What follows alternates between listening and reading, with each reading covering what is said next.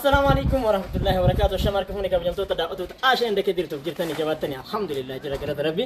إجا كبجمتو تدعوتو تكينيا الرأ نشاء بوليان كنا نما لما كبني دهني جودا بكبودا نمني أرجسي تكاري مدا. إجا كبجمتو تدعوتو تكينا وروني كنا نيكنا كنا فرا تاتا.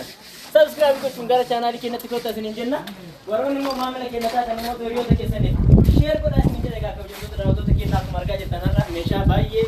بريدات جنمان لي هوا ذكرها حالا كان درسنا مجرد لا مي استديو يمكن مال فكاسني فكات سوبر ماركت فكاس إدو غرغرتا إيجا إدو غرغرتا دي غرا غرات نمو إدو غرغرتا كينيا اسمه كان هذا جتودا إدو غرغرتا براهين كم نودي إدو نومشة كينيا لك مسنا نادو بترجع جرتان كنا أسمع جالس تومجني أسمع جبهني أسيتمو ديسبلاي غوني إيجا إسني في موتو فيديو ورامني حالا كان فين أجتودا فين هاجا ماتي دراسي دين نما جي سومبي كم نجتو كبجمتو داوتو تكينا كرايون سنيجي دوغا كبجمتو داوتو تكينا يو مقالة أداما كيسة تاتي إدون نجريني كينيا نموني باين إيسا جرتا وروني جتني في إدون جريني كينيا مقالة أداما نانو ما سلام النهارة kilometer dibatuk yokin immoo meetira gara 300 manahara irraa fagaanii argamna jechuudha yeroo ammaa kana manahara Adaamaa keessa jiru naannoo manahara Asallaa jedhamee iddoo beekamu jechaadha. Kanaaf iddoon itti argamu kana yoo ta'u iddoon itti hojjennu immoo Oromiyaa guutuu keessa bakkee nuti hin geessine hin jiru jechaadha.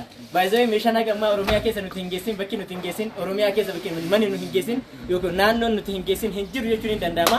Godinni nuti hin geessin alhamdulillah egaa jajjabinaa fi nujajjabeesu keessaniin haga kana sadarkaa kanatti geennee jira jechuudha. Ammaan immootu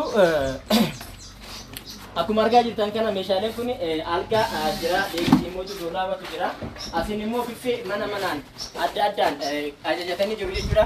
Itti aansuudhaan ammallee immootu akkuma argaa jirtan kana kichinii asii qabdi jechuudha. Tokkoon tokkoo gatii isaatti beekuma san immootu haala itti hojjetamee teessa jechuudha. Kabajamtoota daawwattoota keenya taayee.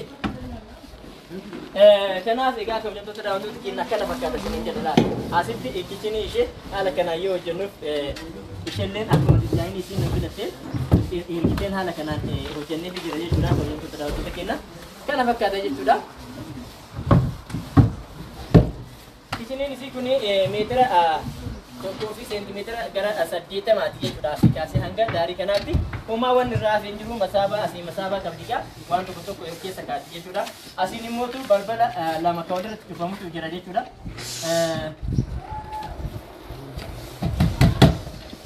Ayyee haala kanaan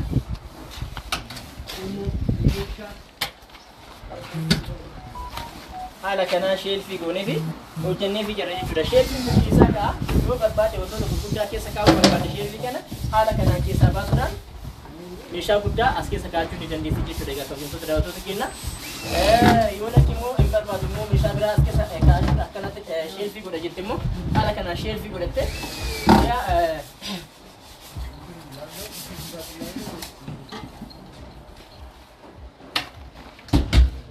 haala kanaan egaa hojjennee jira jechuudha. Kabajamtoota daawwattoota keenya asillee balbala qaba jechuudha. Tokko lama sadii afur shan balbala shan qaba jechuudha. Kichinii girgichaatiin baay'ee garaagarummaa hin qabu. Kana fakkaata isiniin jedhaa. Itti aansuudhaan immoo obboleeyyan keenya asitti biffee lama ajajatanii jiru jechuudha. Akkuma argaa jirtan kana biffeen isaanii saayiziin guddin isaaniillee akkuma san immoo waa hundi dizaayiniin isaaniitu hundaatu tokkoma jechuudha. Egaa kabajamtoota daawwattoota keenya biffeen kun yeroo kanaan dura turetti egaa qarshii 30,000 hojjetamaa ture. Yeroo ammaa kana immoo gabayaan baay'ee mideef immoo inni irraa hojjetu kun baay'ee qaala'ee jira jechuudha. Kabajamtoota daawwattoota keenya at least yoo duraanii qarshii 3,300 irraa kan ka'e amma yeroo ammaa gara qarshii 5,000tti galee jira jechuudha. Waa'ee kana immoo onlaayinii namoonni hedduullee qaala'insa muka kanaa irraa dubbatanii jiru. Onlaayinii biraati irratti ilaalee argee jira jechuudha. Ani immoo afaan Oromootiin sheer isinii gochuu barbaadee ture haala kanaan isin ibsaa jira jechuudha. Asitti immoo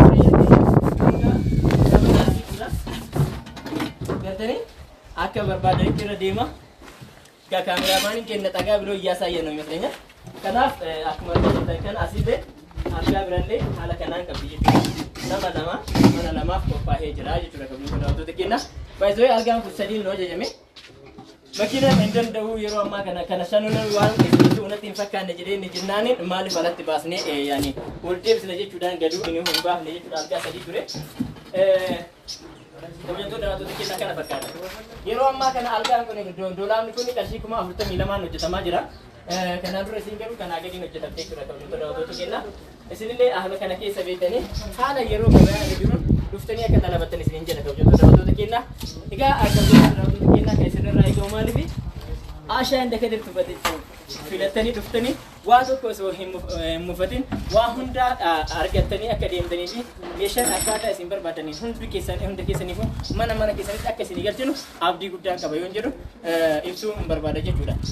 Egaa kanatti aansuudhaan immoo egaa kabajamtoota daawwattoota keenyaa akkuma kanaan dura isiniin jedhe jiini Ramadaan illee dhufee jira. Meeshaa kana namni yeroo baay'ee namni waa wajjin hojjetu waa wal mufachiisuu hin oolu jechuudha. Osoo mufachiisuu illee baate immoo namni ofii waliin jechuun gaariidha. Yoo isinitti balleessine maqaa Ashaa inda kadirtuuf jedhuun Ashaas bakka bu'ee ofii kadir bakka bu'ee jechuudha. Afuuna illaa isiniin jechuu barbaada. Mashkuura haga ammaatti yoo deemuu keessaniif galatoomaa isiniin jecha andugaa dubbachuu baay'ee isin jaalladha baay'ee isin jaalladha. Isinillee baay'ee nu jajjabeessaa turtan jechuudha kabajamtoota daawwattoota keenyaa.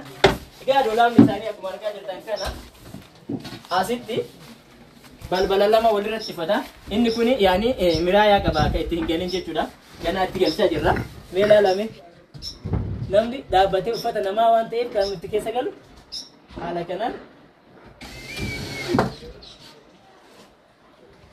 ni mul'ata. Mee ilaala ni mul'ata.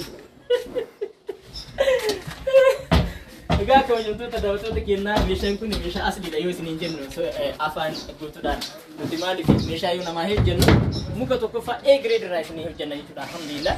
Kanaaf ammallee shakkii tokko malee meeshaa kana qulqullinaan isinii hojjenne mana keessan isinii geessuuf waadaa akka galletti itti fufnee jira jechuudha. Isinillee nu jajjabeessuudhaan sheer gochuudhaan garee hiitanii dhuftanii ittiin immootu nurraa talabachuudhaan nu jajjabeessaa jirtan. Ammas irra deebi'ee galatooma isiniin jechuu barbaada kabajamtoota daawwattoota keenyaa. Kana bichaa miti meeshaalee mana keessaa yoo barbaadan meeshaalee kamiyyuu yoo barreessitanii gara keenya ergitan gatii isinii barreessuudhaan nuti immootu deebisnee eega walii galleen booda mallaqa keessan ergattanii guutumaan guututti isinii banne haga mana keessanii meeshaan takka osoo irraa isin hin hafin isinii geessaa jirra. Kana kan godhe immootu dandeettii marabbiitii fi gargaarsa rabbiitiin nullee haga ammaa isin gargaarree maaliif hojjennee har'a geennee jirra. Mashkuura galatooma isiniin jechuu barbaada. Inni biraa immootu meeshaalee waan akka televiziyoonaa, waan akka adeemsii mootu firiijii, garsaalaa, meeshaalee elektirooniksii kamiyyuu kan hojjennuu fi isinii bitu ta'uu akkuma san kanallee beekanii akka dhuftanii isiniin jechuu barbaada. Kan biraa immoo egaa kabajamtoota daawwattoota keenyaa